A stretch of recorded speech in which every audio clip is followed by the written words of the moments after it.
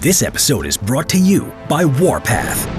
Get the authentic World War II experience as you immerse yourself in historical combat, experiencing classic battles as a commander in PvE mode.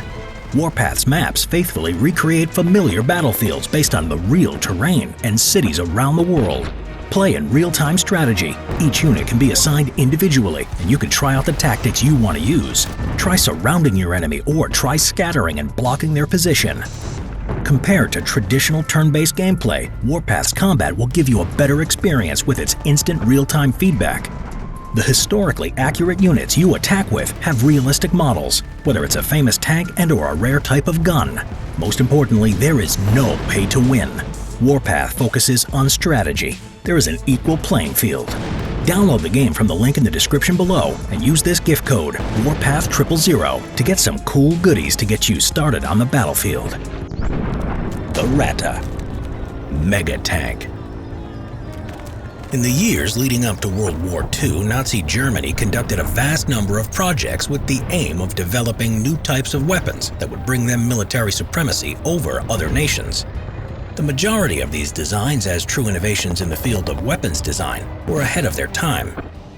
The Germans called them Wunderwaffen, which translates to wonder weapons or miracle weapons. Some of these were successfully deployed to battlefields, while some progressed no further than the drawing board. Many projects resulted in magnificent machines of war, but many others turned out to be complete failures.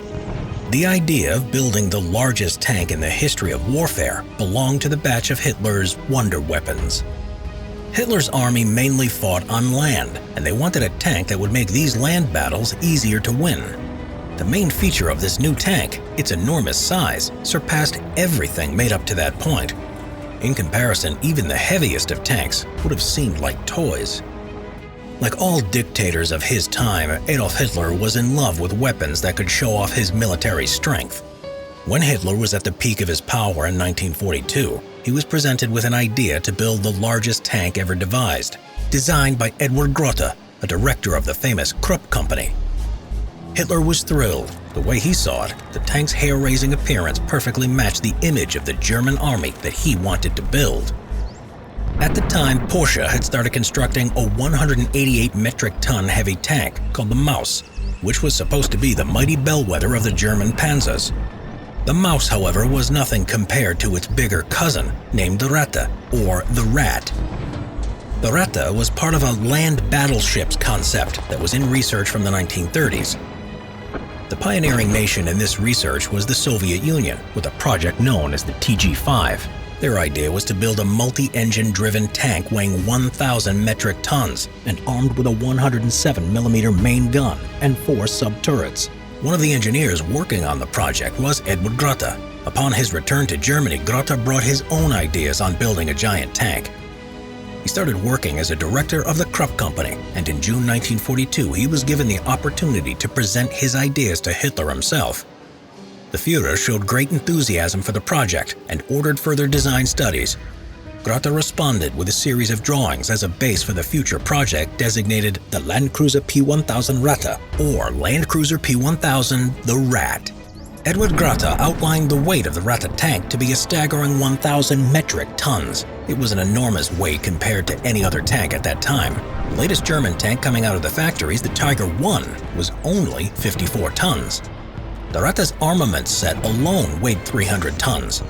The armor and frame weighed 200 tons, its track and propulsion engines 100 tons, and the rest was the weight of its ammunition and other miscellaneous parts. The thickness of the armor varied from 5.9 to 14.2 inches, or 150 to 360 millimeters. The mammoth weight of the tank was followed by its huge dimensions. The Ratte was projected to be 115 feet or 35 meters long and 46 feet or 14 meters wide. With its gun facing forward, it became 128 feet or 39 meters in length.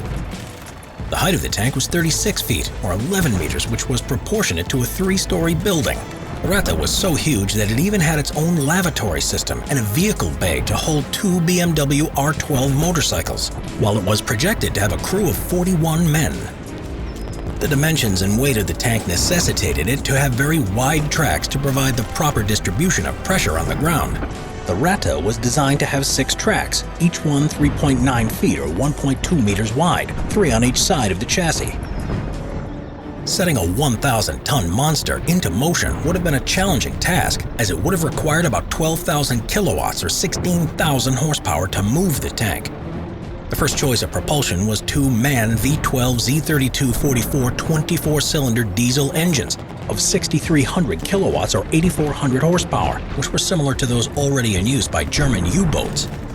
The alternative was to use 8 Daimler-Benz MB501 20-cylinder diesel engines of 1,500 kilowatts or 2,000 horsepower. These engines were used on German E-boats. Both of these solutions were projected to provide a top speed of 25 miles per hour or 40 kilometers an hour. In reality, it would have been unlikely for the tank to achieve that speed due to the likely suspension and transmission problems. The intended armament of the tank was equally as impressive as its appearance. The Ratte was equipped with several types of guns, 2 of which were the main 28cm SK-C-34 Naval Guns. These guns were developed in the 1930s to be used on Scharnhorst-class battleships. Needless to say, they were extremely powerful. At a distance of 3 miles, the guns were capable of penetrating armor up to 17.7 inches thick. At a maximum elevation of 40 degrees, their range was an incredible 25.6 miles. As an extra gun, the Ratte was armed with a KWK-44 L-55 anti-tank gun. There are no records indicating whether this gun was planned to be positioned at the front with the main guns or on a separate turret on the opposite side of the tank. Other armaments included an unknown number of 20mm anti-aircraft guns and 15mm autocannons normally used on German aircraft. The frightening size of the Ratte was the feature on which the entire project was based. Paradoxically, this was the project's main drawback. First of all, there was no tank factory in Germany large enough to be capable of assembling such a huge vehicle armed with naval guns. For that reason, a shipbuilding yard would have been required. Just building a prototype tank would have taken several months, using much of the yard's resources and space. This was a luxury the Germans could not afford at the time. Even if the tank was built, putting it into action would have been a logistical nightmare. Because of its massive weight of 1,000 tons, the Ratte could not have been transferred to battlefields by railway. Using its own propulsion at a speed lower than 25 miles per hour, the Ratte would have taken an eternity to arrive at the front. If it broke down along the way, it would have been impossible to tow, as it would have taken another tank of the same size to accomplish the task. Also, because of its weight, the Ratte could not have used roads or bridges without destroying them. The only favorable characteristic was the tank's high ground clearance of 6 feet that would have allowed it to simply cross through a river. In the end, the Ratte might have been considered a mighty tank, but it also would have been a remarkably easy target. The Ratte's thick armor might have been a challenge for the Allied tanks, but not for the Allied bombers. Despite the heavy armor, it could not have withstood bombardments from the air. Being a gigantic and slow vehicle would have made it a perfect target for aerial attacks. The Ratte was a huge, powerful, but ultimately impractical weapon. When the idea of building the tank appeared in 1942, the German industry was already overexerted by the war effort. Spending valuable time and resources on building the largest tank in the world would have impeded that same effort for no significant results. That's why the Minister of Armaments, Albert Speer, canceled the project in early 1943 before it even entered the production phase. The Ratte remained just another of Hitler's great fantasies.